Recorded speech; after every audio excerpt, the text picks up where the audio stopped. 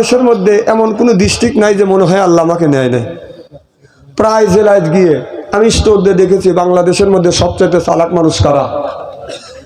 যারা নামাজ পড়ে না। এদের চাইতে চালাক মানুষ আল্লাহর জমিনে নাই। 7 দিন নামাজ নাই, জুম্মার দিন টুপি মাথা দিয়ে জুব্বা গায়ে দিয়ে মসজিদের আগের কাতারে দাঁড়ায়। 5 ওয়াক্ত নামাজ পড়ে না, আগের কাতারে দাঁড়াইয়া জোরে করে গলা খ্যাক করে দিয়ে দেখাই আমি বলে আইসি। এরকম লোক আছে না? 1 নম্বর হলো বেনামাজি। তারপরে ওদের নামাজ হলো 2 রাকাতের ভিতরে সীমাবদ্ধ। ইমাম সাহেবের 2 রাকাত ফরজ নামাজ শেষ, মোনাজাত কমপ্লিট, ডিজিটাল মুসল্লিগুনি সুর করে বের হওয়া যাচ্ছে। একটু শরমও করে না, লজ্জাও করে না। হ্যাঁ, যে প্রত্যেক দিন ফরজ পড়ে চলে যায়। জুমা নামাজ কি খালি 2 রাকাত ফরজের মধ্যে কি লিপিবদ্ধ? তো ওই বান্দাকে বলবে বান্দা নামাজ পড়ছো? বান্দা বলবে আল্লাহ নামাজ পড়ছি। আল্লাহকে নামাজ পড়ছে আমার বেহেশতে যাও। বেনামাজি ব্যক্তি 1 পা 2 পা ফেলবে, আল্লাহ যখন নিষেধ করবে না। বেনামাজি ব্যক্তি জান্নাতের দিকে রওনা করে আর মনে মনে বলবে দুনিয়ায় কত আলেম ওলামা বিটি প্রদর্শনকারী বলেছে যারা নামাজ পড়বে না আল্লাহ জান্নাতে দিবে না। আমু জীবনে নামাজ পড়ি নাই, আমার আব্বাও জীবনে নামাজ পড়ে নাই, আজকে একটা মিথ্যা কথা বলে আল্লাহর জান্নাতে যাচ্ছি, কি খুশি। আমি কই আইগে যা।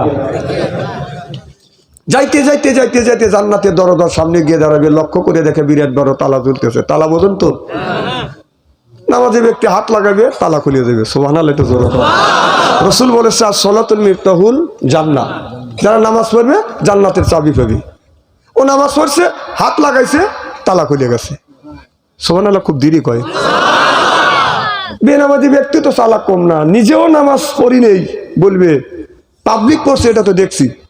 দেখেন নামাজি ব্যক্তি যে নামাজ পড়ে সে আল্লাহকে খুশি করবার জন্য আল্লাহু আকবার বলে ছানা পড়ে সূরা ফাতিহা শুরু করে দেয়। আর যে কম বোঝে, কম পড়ে, সে আল্লাহু আকবার এরকম করে দেয়, যে এরকম করে করে চিড়িয়াখানা থেকে বান্দর উঠে এসে দেখলি দিশা বাজে হে বেনামাজির গোষ্ঠী কত কম।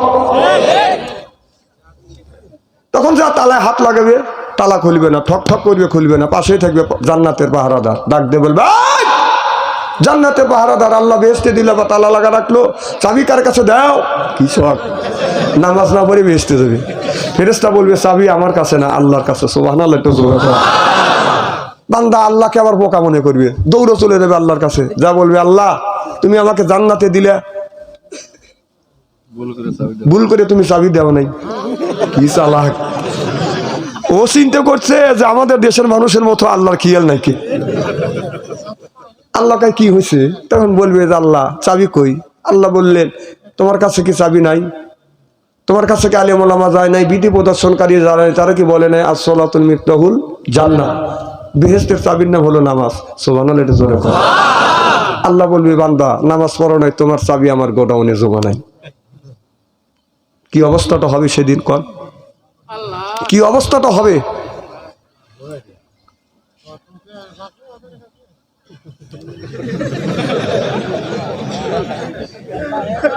তখন আল্লাহ বলবে হে গজবের ফেরেশতা আয়, আমার বান্দার ঘাট ধর, জাহান্নামের দিকে নিয়ে যা।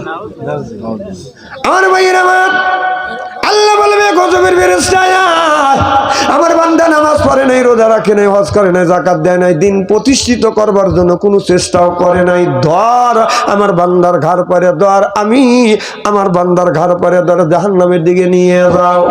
কারণ আল্লাহর কাছে সব কিছু বাদান থাকবে, সেটা থাকবে বাদান দুনিয়ায় যা কিছু করছি সব কিছু ফেরেশতারা বাদান রেকর্ড করে রাখছে। আমাদের এই 2 কান্দে 2টা ফেরেশতা আছে, তার নামটা কি? না না, এখন যদি কিরামান কাতিবিনের কথা বলে না, এই মানুষের বিজ্ঞানের যুগের যুবকেরা বলবে এরা হলো পাগল হয়ে গেছে। এটা কেরামিন কাতিবিন না বাদান, 2টা সিসি ক্যামেরা 2 কান্দে আছে। কেরামিন কাতিবিন ইয়ালামু মা লা তাফালুন। 2 কান্দে 2টি ফেরেশতা না, শুধু 2 ফেরেশতা বাদান আপনার সিসি ক্যামেরা নিয়ে বাদান বসে আছে। দুনিয়ায় কোন জায়গা মিথ্যা কথা বলতেছি, কোন জায়গা বাদান আপনার মিথ্যা কথা বলতেছি, কোন জায়গা সুদ খাচ্ছি, কোন মিয়া রাস্তা দিয়ে হেঁটে যাচ্ছে পিছন থেকে এই মিয়াটাকে বলতেছি আই লাভ ইউ, সব জিনিস বাদান রেকর্ড করে করে আপনার সামনে রাখবে। আল্লাহ বলবে ফেরেশতা এই যে আমার বান্দা নামাজ পড়ে নাই, রোজা রাখে নাই, হজ করে নাই, যাকাত দেয় নাই, দিন কায়েমের জন্য কোনো কাজ করে নাই, আমার বান্দার ঘাড় ধরে জাহান্নামের দিকে নিয়ে যাও। আল্লাহর গজবের ফেরেশতা আসবে, বান্দার ঘাড় পরে ধরবে, জাহান্নামের দিকে বাদান নিয়ে যাবে। আল্লাহর বান্দা জাহান্নামের দিকে বাদান যেতে চায় না, মাঝে মধ্যে যাবে, আবার তুমকে বাদান দাঁড়াইবে। আমার কথা কি বুঝতেছেন?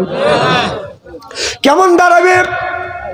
এই যে বক্তি আছে আপনাদের গ্রামে, আপনাদের এলাকায় বক্তি আছে। বক্তি এমন একটা জাতি, ডাইনে যেতে কইলে বাদান বামে যায়, বামে কইলে ডাইনে যায়, কাতা কুতো করে হাতা উঠো করে, সামনে যদি দেখে বাদান পানি লাগে গেল, বক্তি টানাটানি জোর কম, ঠিক কিনে? পানি যদি দেখে এই বক্তি এই ছাগল চার পার উপরে ব্যক্তি করে দাঁড়ায় আর বলে, মালিককে আমাকে নিশ্চয়, এটা কিন্তু সমুদ্রের মধ্যে গেলে আমি সাঁতার জানি না, আমি কিন্তু ডুবে মরে যাব। ভয়েই ডুবে মরবি, একটা ভয় না আমার ভাইরে আমার। এবার মালিক বলে, একটু বৃষ্টি হয়েছে, একটু পানি বাড়ছে, তাতে দেখে তুমি ভয় পাচ্ছ কেন? এইটা যদি অতিক্রম করো, সামনে সবুজ গাছ আছে, তুমি পেট ভরে খাবে, তোমারও পেট ভরবে, আমরাও শান্তি পাবো। কিন্তু মালিক এত সুন্দর করে বুঝায়, ভক্তি বাদান কোনোদিন বোঝে না। কথা বুঝতেছেন না আমার ভাইয়ের আমার? ছাগলকে যদি সুন্দর করে বাদান বুঝাও, এই ছাগল কিন্তু বাদান বুঝবে না। আপনি যদি বলেন, ছাগল রে আমি তোমার গলা রশি ছাইড়ে দিলাম, ওদের শাহালম্বারের বাড়িতে আপনার কাঁঠাল গাছ আছে, কাঁঠাল গাছের আগা ডোগা তুমি খায়ো না, বলার পরে যদি বলা যায় ভক্তি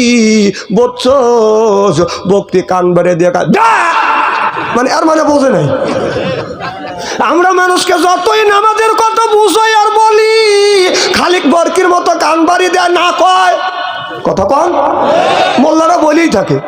আমার ভাইরা আমার, এই ভক্তিকে বারবার বুঝায়, ভক্তি বাদান বোঝে না। ভক্তি যখন বোঝে না, ভক্তি যখন যায় না, মালিকও ছাড়ে না, গলায় রশি লাগাইয়া কান ধরে যখন টান দিতে চায় ভক্তি, তখন মরণ চিৎকার দেয়, মরিয়ে গেলাম।